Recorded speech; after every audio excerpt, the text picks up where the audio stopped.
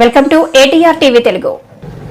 పోలవరం ప్రాజెక్టుని జగన్ ప్రభుత్వం నాశనం చేసింది. పోలవరం ప్రాజెక్టుకు పెట్టిన ఖర్చు చూస్తే 2014-19 మధ్య టీడీపీ ప్రభుత్వం 11,762 కోట్లు ఖర్చు పెడితే 2019-24 మధ్య వైసీపీ ప్రభుత్వం 4,167 కోట్లు ఖర్చు పెట్టింది అని మంత్రి నిమ్మల అసెంబ్లీలో మాట్లాడారు. 2020 ఆగస్టులో వచ్చినటువంటి వరదలకు డయాఫ్రమ్ వాళ్ళు దెబ్బతిందని అది నేను చెప్పడం కాదు అధ్యక్ష. డైరెక్ట్ గా ఎవరైతే నీతి ఆయోగ్ ఏదైతే ఈ యొక్క ఐఐటి హైదరాబాద్ ఏదైతే నిపుణుల కమిటీని పంపించారో వాళ్లే రిపోర్ట్ ఇచ్చినటువంటి పరిస్థితి అధ్యక్ష. అదేవిధంగా ఏదైతే చాలా క్లియర్ గా ఆ రోజు ఏజెన్సీని మార్చవద్దు, ఎందుకంటే ఏజెన్సీలు మారిస్తే ఒకే వర్క్ ని 2 ఏజెన్సీలు పనిచేస్తే రేపొద్దున ఆ వర్క్ కి ఏదైనా ప్రమాదం జరిగితే ఎవరు బాధ్యత వహిస్తారని చెప్పి ఆ రోజు పీపీఏ కూడా ఆ రోజు రాష్ట్ర ప్రభుత్వానికి లేఖలు రాశారు, వార్నింగ్ ఇచ్చారు, రిక్వెస్ట్లు చేశారు. అయినా కూడా ఆ రోజు ప్రభుత్వం పెడచెవిని పెట్టినటువంటి పరిస్థితుల్లోనే ఆ రోజు ఆ డయాఫ్రమ్ వాళ్ళు నష్టపోయినటువంటి పరిస్థితి అధ్యక్ష. దానివల్ల ఈ రోజు మళ్ళీ కొత్త డయాఫ్రమ్ వాళ్ళు నిర్మాణం చేసుకోవాలి అనేటువంటిది ఇవాళ ఇంటర్నేషనల్ ఎవరైతే ఎక్స్పర్ట్స్ కానీ వీళ్ళందరూ కూడా ఇచ్చిన రిపోర్ట్ ప్రకారం చూస్తే దగ్గర మళ్ళీ 990 కోట్లతోటి మళ్ళీ ఈ రోజు కొత్త డయాఫ్రమ్ వాళ్ళని నిర్మాణం చేసుకునేటువంటి పరిస్థితి దుస్థితి మరి గత ప్రభుత్వ నిర్వాహకం వల్ల వచ్చినటువంటి పరిస్థితి అధ్యక్ష. నెంబర్ 1. ఏదైతే రెండవది ఈ యొక్క పోలవరం సంబంధించినటువంటి మరి ఏదైతే ఈ యొక్క పనులకు సంబంధించి మరి రిపోర్ట్ కూడా అడిగారు అధ్యక్ష గౌరవ సభ్యులు. వాస్తవంగా చూసినట్లయితే ఈ యొక్క టీడీపీ అదేవిధంగా వైసీపీ ప్రభుత్వంలో చేసినటువంటి ఏదైతే వారు అడిగినటువంటి ప్రోగ్రెస్ చూస్తే మరి తెలుగుదేశం ప్రభుత్వ హయాంలో 11,762 కోట్లు ఖర్చు పెడితే వైసీపీ హయాంలో 4,167 కోట్లు మాత్రమే ఖర్చు పెట్టడం జరిగింది అధ్యక్ష. ప్రోగ్రెస్ చూస్తే 72% జరిగింది. ఇక్కడ ప్రోగ్రెస్ చూస్తే 3.84% మాత్రమే జరిగింది అధ్యక్ష. అదేవిధంగా కేంద్రం దారి మళ్లింపు నిధులు చూస్తే టీడీపీ హయాంలో ₹1 కూడా మళ్లింపు లేదు. వైసీపీ హయాంలో 3,385 కోట్లు కేంద్రం రియంబర్స్మెంట్ అమౌంట్ మరి దారి మళ్లింపు జరిగింది అధ్యక్ష.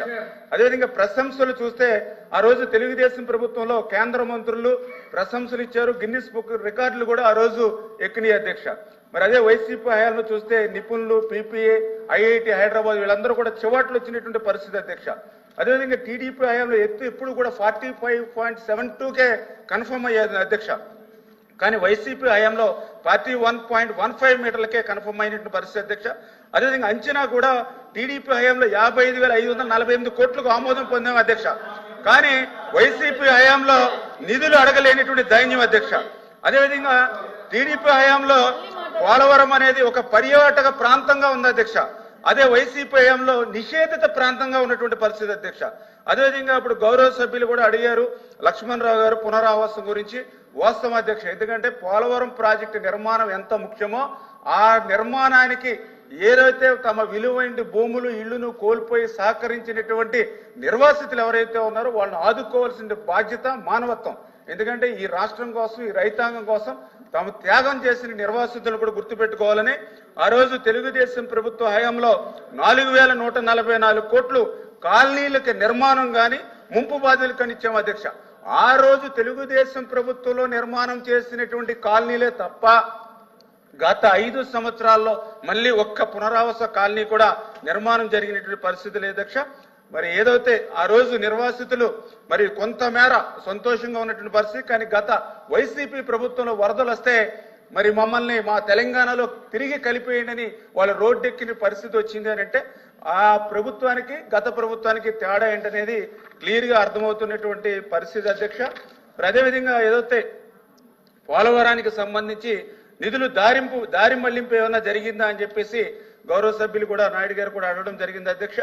ఏదైతే వాస్తవం అధ్యక్ష, ఎందుకంటే 2014-2019 మధ్య 11,762 కోట్లు ఆ రోజు తెలుగుదేశం ప్రభుత్వంలో నిర్మాణం చేస్తే కేంద్రం నుంచి ఆ రోజు 6,764 కోట్లు మాత్రమే విడుదలైన అధ్యక్ష.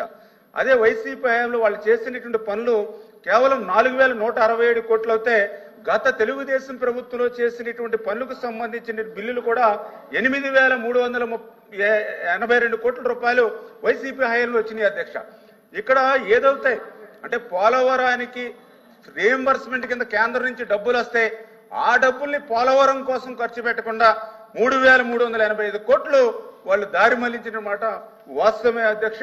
మరి నిజంగా ఇది చాలా దురదృష్టకరమైనటువంటి అంశం అని చెప్పేసి కూడా ఈ సందర్భంగా తెలియజేసుకుంటూ ఖచ్చితంగా ఏదైతే ఈవేళ 2027కి, ఎందుకంటే కేంద్ర ప్రభుత్వం కూడా చంద్రబాబు నాయుడు గారు కూడా 3 సార్లు అటు ప్రధానమంత్రి గారిని కానీ అదేవిధంగా జలశక్తి ఎవరైతే మంత్రి పాటిల్ గారిని కానీ స్వయంగా కలిసి మరి మొన్ననే ఆ 12,157 కోట్లు శాంక్షన్ వచ్చిన తర్వాత ఏదైతే ఒక టైం బాండ్ పెట్టుకుని ఆల్రెడీ ఇప్పటికే నవంబర్ నెలలో మరి ఏదైతే ఎగువ కాపర్ డ్యామ్ నుంచి ఏదైతే సీపేజ్ వాటర్ ఏదైతే ఉందో దాన్ని అంతటిని కూడా లిఫ్ట్ చేయడం జరిగింది అధ్యక్ష.